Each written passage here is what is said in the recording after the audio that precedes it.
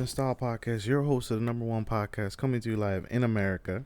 And I just want to say thank you for tuning in and spending time with me today as we record another episode. And as you may have figured out, the topic of today is preparing for upcoming recession. And so I want to give some background. I want to give some thoughts and share some useful tips that I hope will serve you in case I make no future predictions. I'm not going to pretend that I have a crystal ball here with me and that I know the future. But what I want to do is, in the event that this pandemic continues on for an even more extended period of time, that you all, my audience, my family, my friends, my loved ones are all prepared just in case. And I want to share some of the things that I have discussed and learned, not only for myself but from others, and I hope they help you as we prepare and stock up for an upcoming recession, and as I offer some tips and useful guidance on what you can do to prepare in case for another shutdown and a second wave of this pandemic. So one of the first things we can do is we want to cut spending and check expenses and only kind of get down to the bare necessities and the bare minimum of things, right? We want to watch what we're spending and we want to watch that outflow, right? And just taking it into account what we are actually spending and how much we're actually spending and our expenses. So those certain subscriptions and cost of memberships that we have. For myself, I know I invested in a home gym because we couldn't go to the gym. I looked into buying some things and some exercise equipment, a bike, to help me continue to work on myself and stay healthy during this pandemic, because that above all else is the most important thing, is staying healthy through this, and that's the only way we're going to get through this. But cutting those unnecessary expenses and what some people call trimming the fat, right? Any membership subscriptions that we don't need or we can do without for an extended period of time, we want to go ahead and cut those and take a look at especially those automatic expenses. A lot of times those automatic expenses can get carried away and get taken away from us as we go through our day-to-day operations, because we've had a steady, consistent income. And so we can oftentimes get caught into letting those automatic drafts take hold of our accounts. And what you'll find, especially for someone who may have lost the income or gotten even reduced hours, the significant shortage in hours at their job, is we want to track those expenses. We want to be mindful of those expenses and take into account of what those subscriptions truly are, right? Because that's important. And like I said, that can be a train wreck, right? From my own personal experience, at one point in my time, having that understanding of what expenses I had and what automatic expenses I had. My car payment was automatic, my Netflix subscription was automatic, and we want to shut some of those things off, right? We want to shut some of those things off and call our potential subscription holders and let them know, hey, I'd like to pay this manually, or cancel it altogether. So we want to take in account and reevaluate our subscriptions and those automatic expenses and start to fine tune and get a real understanding of what that outflow of money is. The second thing is create a budget. Get on a budget. And the most, for me, the easiest budget there is called a zero-based budget. And that is basically from day one to from day zero to the last day of the calendar month. You take in all your income and you allocate that money until you get to zero towards the end of the month. And so it takes a heavy toll, because you are taking in every single expense, every movie ticket, well, we're not going to the movies right now, but every expense that we have, and working down to zero. So you take all your income and you allocate each individual dollar, each penny, each cent to an actual bill until you get to zero, and you follow it to an extreme extent. You follow it to the letter. If you have to write it down, you have to take into account the cost of gas, the cost of mileage, the cost of traveling to and from work. Where I live, I pay a toll to commute. around the area. And so take into a toast, how much am I spending into a toast? So it takes a lot of, to get this base budget really fine tuned takes a lot of work in the beginning, but also keep in mind that you can grow and get better. So even if the first month you may have missed a few things and you had to adjust, then make those adjustments so that when you go into the second month and you go into round two of that zero based budget, that you'd be better off. Also, don't negate the fact that there are apps, mobile apps on your smartphone that you can download, and most of them are free, that you can download that assist you. If you're not a pen and paper type of person, I'm not. I like mobile apps and I use mobile apps. Use those mobile apps to really fine tune what you're spending and what your income is and what your outflow is. And how do a lot of those spending apps work, like Mint and QuickBooks, is they actually connect to your primary bank account, your primary spending account, where most of your income and revenue come in and go out. And so it helps you give a really good bullseye target of what your expenses are and where your money's going, and really easily, and kind of give you a snapshot of how you've done previously in the past few months. And so don't be ashamed. Don't be afraid to use a mobile app. A lot of these mobile apps like Mint or QuickBooks will show you, hey, this is how much you're spending on groceries. This is how much you're spending total last month on utilities. This is how much you're spending on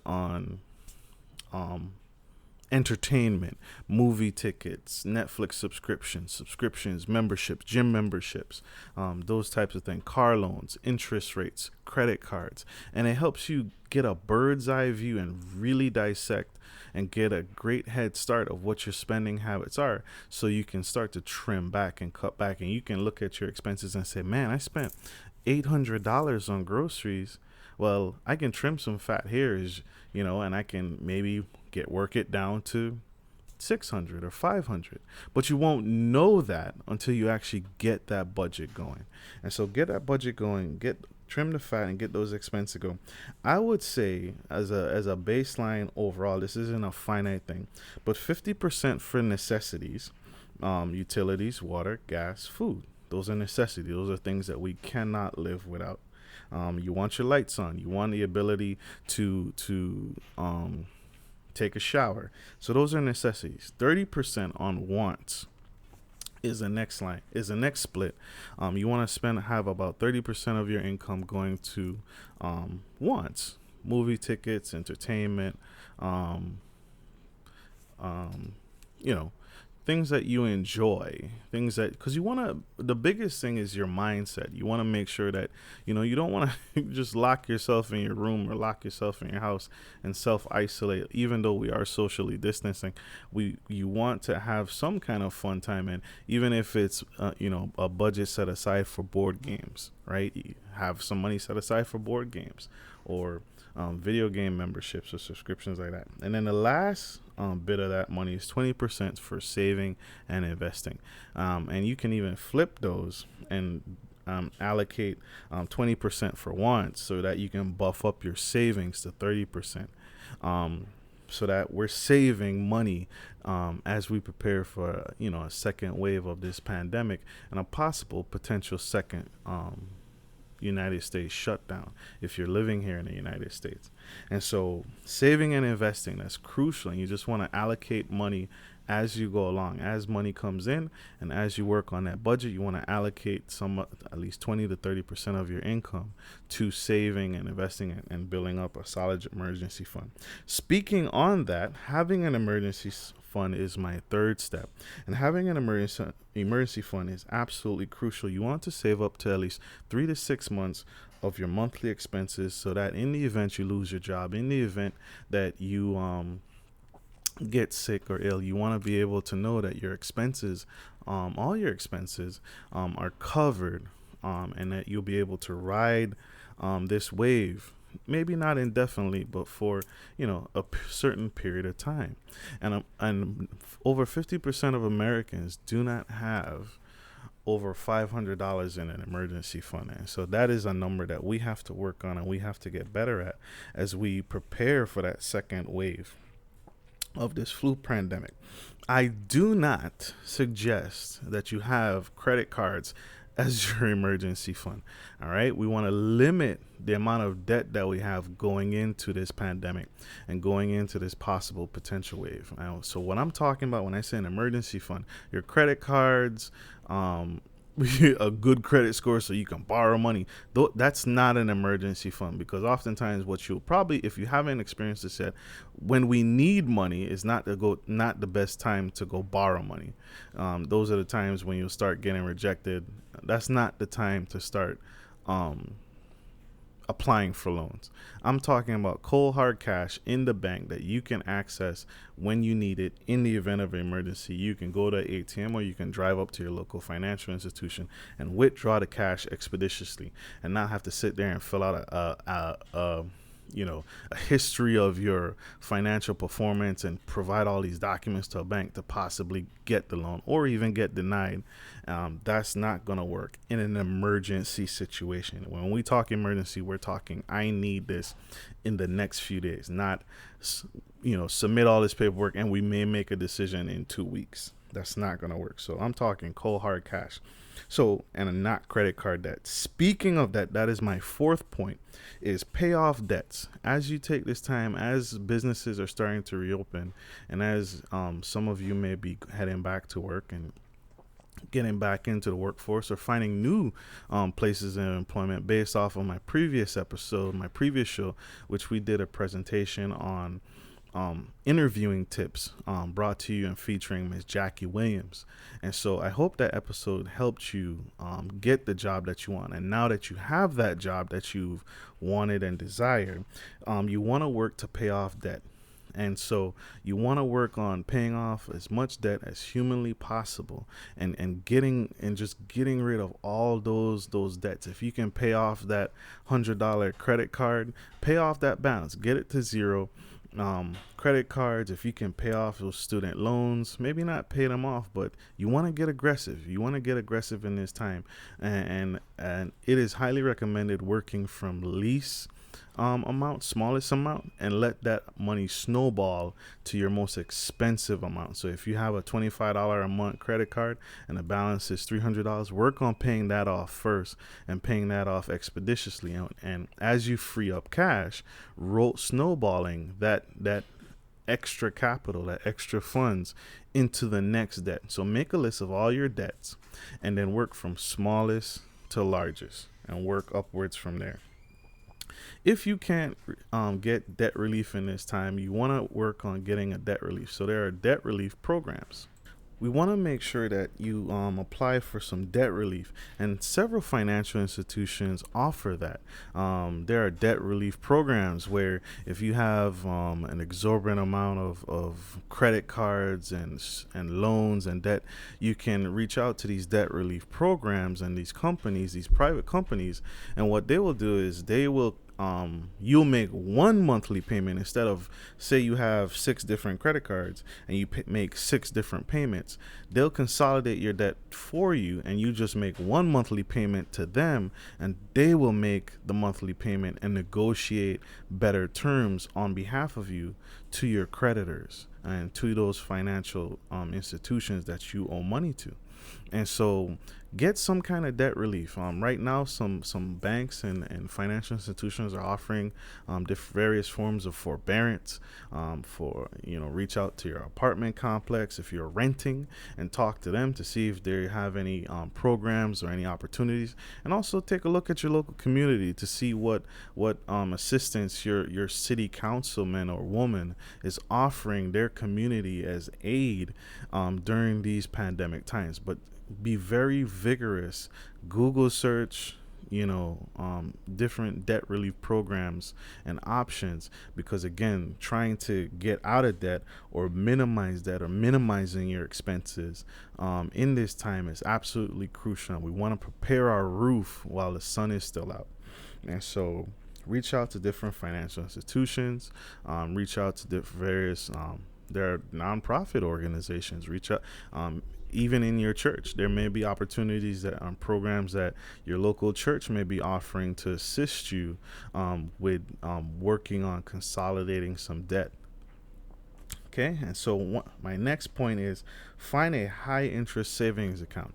As you're saving, as you're budgeting, and you're setting that 20 to 30% aside for unexpected tragedy, shop around and shop around, and please understand, this is not your investing account. This is money set aside for quick emergency access in the event that you need money, or you need access, or you lose your job.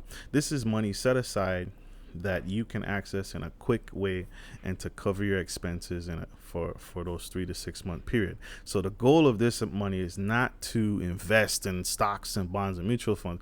I'm talking about finding a high interest savings account the best you can. You know,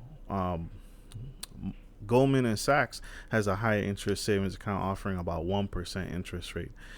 So that's not terrible. It's not the best, but it suffices. If I need quick access to capital, or you need quick access to capital, you can invest in a high interest savings account. I'm not talking CDs. CDs, you're guaranteeing the bank that money for a certain period of time. So you don't want to lock up your money in an investment. A CD is still an investment, although it offers a little bit of a higher return. It doesn't give you that immediate expeditious access to your money right away.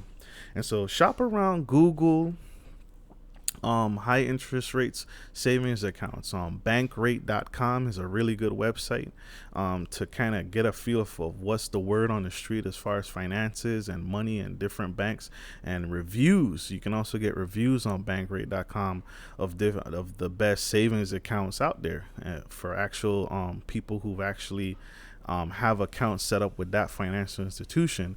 They'll leave reviews and give that company a score, and you can find the best score, the best interest earning rate out there on bankrate.com. But you want to just set aside your emergency fund in a high interest savings account. That way, while your money's sitting, you get a little bit of interest, and it's growing, and it's just staying there until we get through this pandemic, and until we can push through this pandemic. Number 7 is prove how valuable you are in your job. So there are over 10 million Americans unemployed right now, and so I apologize if this doesn't necessarily cater to you. Again, go back, check out my previous episode. I'm on YouTube, iTunes, iHeartRadio, and then Spotify, and most social networks you can find my podcast. And go back and check out my previous episode on how to interview and land that great job that you've always wanted, that you've been looking for, been searching for, featuring Miss Jackie Williams, a HR director who's had over 30 plus years of experience, and she teaches and talks about how to interview, what to wear, how to wear your hair, what to do, what to say, questions to ask, what questions to expect, and just a great show on how to interview so that you can land that job. But this next point talks on how valuable you are at your job. If you're currently working, pick up some extra hours, go the extra mile. Constantly be in communication with your employer to say, hey, what can I do to serve? What do you need me for? Is there any extra hours I can pick up? Is there any projects that I can pick up? And just work on yourself and show your employer how valuable you are, and so that if there's layoffs or if there's furloughs, that he knows and they know and she knows that, hey, this is my top performer, and this is less likely the person that I'm going to lay off. If I have to, I'm going to try and keep them on board if I can, and just prove your self-worth. The absolute thing, the most precious thing you can possibly do during this pandemic time is try very, very hard not to lose your job. The last thing you want to be doing right now, any of us want to be doing right now, is running around with no health insurance. And so you want to make sure and do your utmost best to stay employed and stay engaged, and to not lose your job and not lose that income, but more importantly, not lose that health insurance, because in the event you get sick, you don't want to be caught in a hospital with no health care, no health coverage, and no health insurance, and not have to pay for those high medical expenses out of pocket, especially if you end up getting diagnosed with the COVID-19 virus. I imagine the first wave of vaccines are going to probably be free, but after that, it may probably skyrocket, and the price of that vaccine will probably go up. So you definitely don't want to be caught without a place of employment and without a job, and definitely without health insurance, especially in these times. So do what you can to encourage your employer that you are a productive member of this company and that they should value you above the rest. Do what you can to stay employed, and like I said, learn new things, pick up new skills. If you're administrative, take some classes. There are a lot of free college courses and certifications being offered right now. Even Harvard are offering some free classes and certifications that you can pick up to make yourself that much better at a particular software like Microsoft Word or Microsoft Excel or Adobe Pro, Adobe Professional, and just pick up those special skills to make yourself that much more valuable to your employer so that you are less likely to be laid off. The next thing, number 8, my 8 point is pick up a side hustle. Pick up a side hustle. Pick up a extra job. Grubhub, Uber, Lyft, DoorDash, dog walking. There are people with pets right now who just, they're already dealing with their kids staying at home. And so sometimes they don't want to deal with walking a dog. So you can offer some services, start even a dog walking business in your local neighborhood, in your community, and just offer to walk people's dogs at a fair price and generate revenue. But get a side hustle. Start tutoring. Start teaching. Start educating. You can tutor from Zoom if you are really good at math or really good at English, or really good at a particular subject. You can tutor. You can get on websites like Fiverr or Upwork and offer your tutoring services and offer your tutoring skills. Reach out to your local college or university and offer your services. Leave a couple business cards, leave your name, number, and contact information so that if the university or college or community college has students that need to brush up on their skills, you can offer, the college can offer you to that student to help them get back on track, because there's a lot of students out of school right now or distance learning right now. And so you could be a great point of contact, and that can be a great source of revenue. But you want to pick up a side hustle. Having a side hustle can help curb some of that pain of being laid off, of being furloughed, of being unemployed. If you are ever unemployed, because you still have some income, you may not have the income that you used to, but in combination with losing your primary job and in combination of having that emergency fund will help you weather that storm of unemployment and losing that primary job a little better, because even you're not just taken back down to zero, but you still have some income in combination with your emergency fund. So it can help buy you some time as you job hunt and as you search for a new basic employer, a new primary employer. So pick up a side hustle, start a side business. I'm a huge advocate of that. And I know that will help you prepare and save and get through a second wave of the pandemic. My 9th point is get a new skill set or qualifications. And I touched on this earlier, but you want to use this opportunity to grow.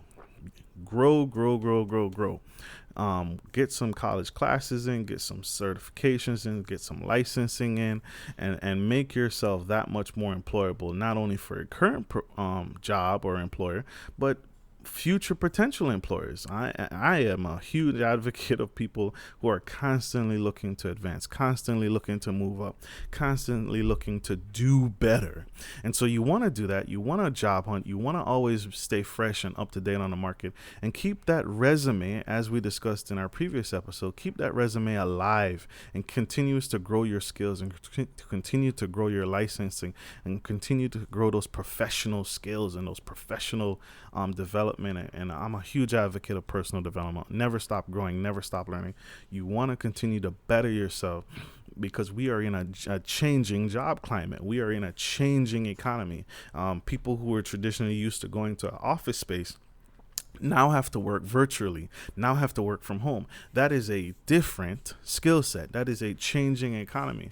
And I can bet that the future of the job market, because of this pandemic, is going to shift and is going to change. And I know a lot of companies. I have some friends who were used to going into work and are now working from home. And even though their state has allowed them to go back to work, their employer is opting for their employees to stay at home because it's more cost effective. It's more cost effective and better quality of life for the employee because they're home and they're in the comfort of their own home and they're still able to effectively work. And they're actually, in some cases, most cases, more productive because they're in their own personal space. And so what a lot of employers are realizing that their employees are more productive at home versus going to this traditional office space. And a lot of companies are now reevaluating that aspect of leasing a building or owning a building and realizing, hey, I don't actually need this much space because 90% of my workforce can be virtual and they can work from home. And so that change in the market, that change in the economy, that change in the traditional 9 to 5 job is going to change. And so you have to change with it. We have to change with it. And so continue to develop your skills and work on your skills and grow and work on those qualifications and special licensing as you develop and as you change. My last talking point here is, and this is obvious, but stay healthy and stay safe. Wear a mask. Please wear a mask. As we get back to some kind of normalcy, please wear your mask and stay healthy. Go for those walks. Go for those hikes. Get a bike. Invest in a bike. Invest in your own personal health and invest in yourself and take care of yourself because you are the most important thing. And in order for you to make it through this, in order for us to get through this, you have to be in a proper state of mind. You have to stay healthy. You have to stay encouraged. You have to stay motivated. And so the best form of medicine for that is remaining healthy and staying engaged. And so wear your mask. Keep your job and keep that health insurance, right? Keep that health insurance as best you can and keep it going for as long as you can. Like I said, pick up that side hustle so that if you are furloughed or if you lose your job in this second pandemic wave, that you're able to curtail some of that pain by having a steady flow of income so that if you have to buy some medicine or if you have to unfortunately pay for that vaccine out of pocket, if it's not offered free in your community or local urgent care facility, then you still have cash flow, you still have an emergency fund, you're still able to take care of yourself, even if it's temporary, and you can take the time to job hunt and find that new place of employment. Like I said, go for walks. Walking is really good for you. It's really beneficial for you. And if you're not a sprinter, if you're not a jogger or a power lifter or deadlifter, just go for a walk every single day, several times a day, and maintain that health. Take a multivitamin. Take multivitamins to keep that immune system going and to keep that body and those organs flowing and keep your body at its peak at all times so you're able to fight off and continue to stay healthy during this time. The most important thing above everything else, if you just forget everything else I said, the most important thing for you right now is to stay healthy. All right. I hope this podcast served you. I hope this helps, and I hope this is beneficial to you. Like always, this is your boy Marcus Norman from Gentleman Style Podcast. Men, take care of your families, take care of your homes, and take care of business. This is Marcus Norman, Gentleman Style Podcast, your host of the #1 podcast in America. Stay safe. Love you. Bye.